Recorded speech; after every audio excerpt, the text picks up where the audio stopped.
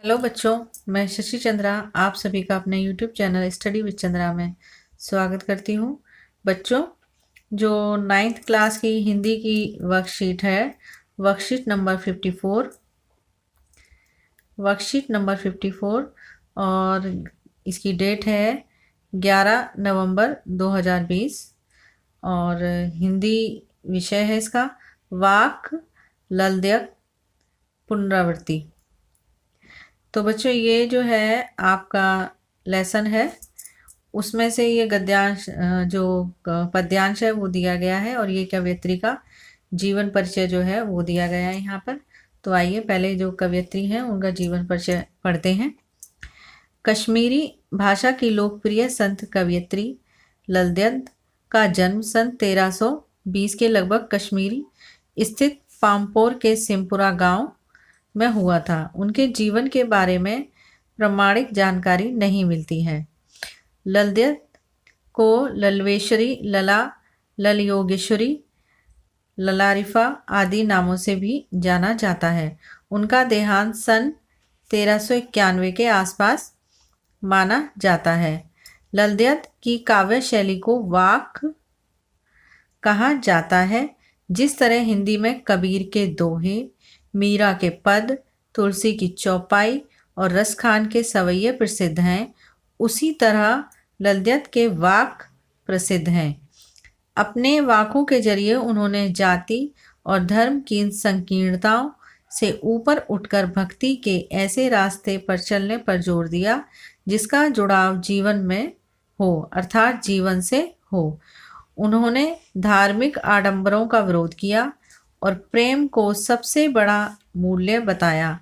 लोक जीवन के तत्वों से प्रेरित ललद्यद की रचनाओं में तत्कालीन पंडिताई भाषा संस्कृत और दरबार के बोझ में दबी फारसी स्थान पर जनता की सरल भाषा का प्रयोग हुआ है। यही कारण है कि ललद्यद की रचनाएं सैकड़ों सालों से कश्मीरी जनता की स्मृति और वाणी में आज भी जीवित हैं।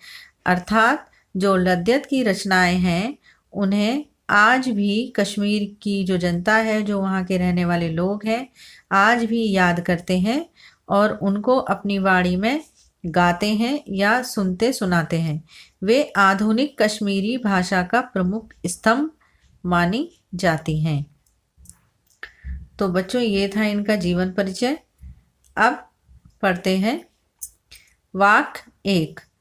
रस्सी कच्चे धागे की खींच रही है नाव, जाने कब सुन मेरी पुकार, करें देव भव सागर पार।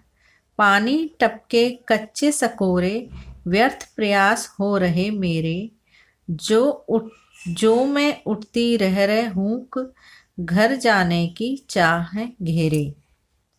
इसका जो भावार्थ है वो आपकी वर्कशीट में दिया गया है।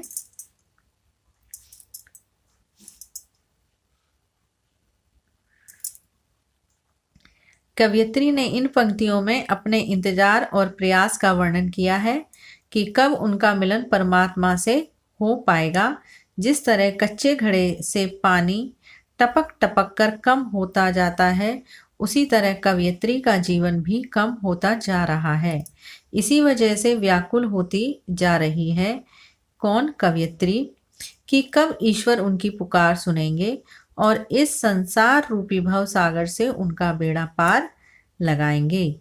इन पंक्तियों में कवयित्री ने परमात्मा के निकट जाने वाले प्रयासों को कच्चे धागे से खींची जाने वाली नावों के रूप में बताया है। उन्होंने कच्चे धागे शब्द का प्रयोग इसलिए किया है क्योंकि मनुष्य कुछ समय के लिए ही धरती पर रहता है, उसके बाद उसे अपना शरीर त्यागना पड़ता है। धीरे धीरे समय निकलता जा रहा है, पर कवयित्री द्वारा प्रभु मिलन के लिए किए गए सारे प्रयास व्यर्थ होते जा रहे हैं। अब उन्हें ऐसा लग रहा है कि समय जो है धीरे धीरे कम हो रहा है और समय खत्म होने वाला है, अर्थात उनकी जो मृत्यु है वो समीप है या उनकी मृत्यु नज़दीक है। और अब शायद वो प्रभु से मिल नहीं पाएंगी, इसलिए उनका हृदय तड़प रहा है। वो प्रभु से मिलकर उनके घर जाना चाहती हैं, अर्थात उनकी भक्ति में लीन हो जाना चाहती हैं, प्रभु की भक्ति में। तो बच्चों, इसकी वर्कशीट के जो प्रश्न उत्तर हैं वो ये हैं। कवयित्री यह क्यों चाहती है कि ईश्वर उनकी पुकार सुने? प्रश्न 2, रस्सी कच्चे धागे की को क्या कहा गया है? प्रश्न 3, वाक किसे कहते हैं? प्रश्न 4, कवयित्री का हृदय क्यों तड़प रहा है? प्रश्न 5, कवयित्री ने किस रास्ते पर चलने पर जोर दिया है? तो जो इसके उत्तर हैं वो निम्न प्रकार से हैं। प्रश्न 1, कवयित्री यह क्यों चाहती है कि ईश्वर उनकी पुकार सुने? उत्तर है, कवयित्री ऐसा इसलिए चाहती है कि ईश्वर उनकी पुकार सुने क्योंकि कवयित्री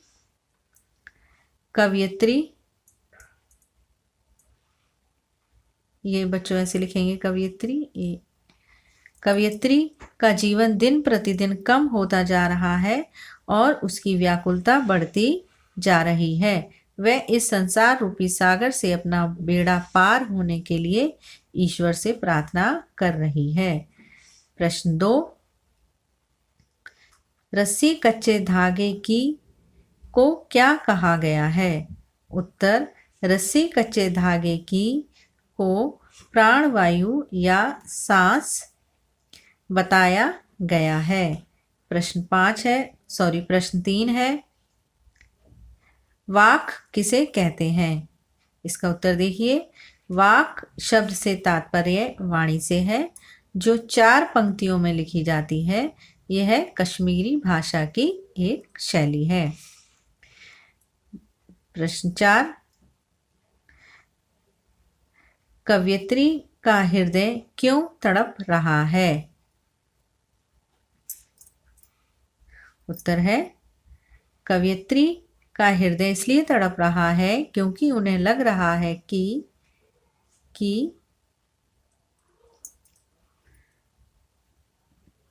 कवयित्री का हृदय इसलिए तड़प रहा है क्योंकि उन्हें लग रहा है कि समय खत्म होने वाला है, अर्थात उनकी मृत्यु समीप है और वह शायद प्रभु से नहीं मिल पाएंगी, अर्थात उनका इस संसार से जाने का समय नज़दीक आ गया है और वो प्रभु से नहीं मिल पाएंगी, ऐसा उन्हें लग रहा है। प्रश्न 5, कवयित्री ने किस रास्ते पर चलने पर जोर दिया है? उत्तर है इसका बच्चों, कवयित्री ने अपने वाकों के जरिए जाति धर्म की संकीर्णता से ऊपर उठकर भक्ति के ऐसे रास्ते पर चलने पर जोर दिया है जिसका जुड़ाव जीवन से हो। तो बच्चों, ये थी आपकी वर्कशीट नंबर 54। आशा करती हूँ आपको अच्छे से समझ में आई होगी। आप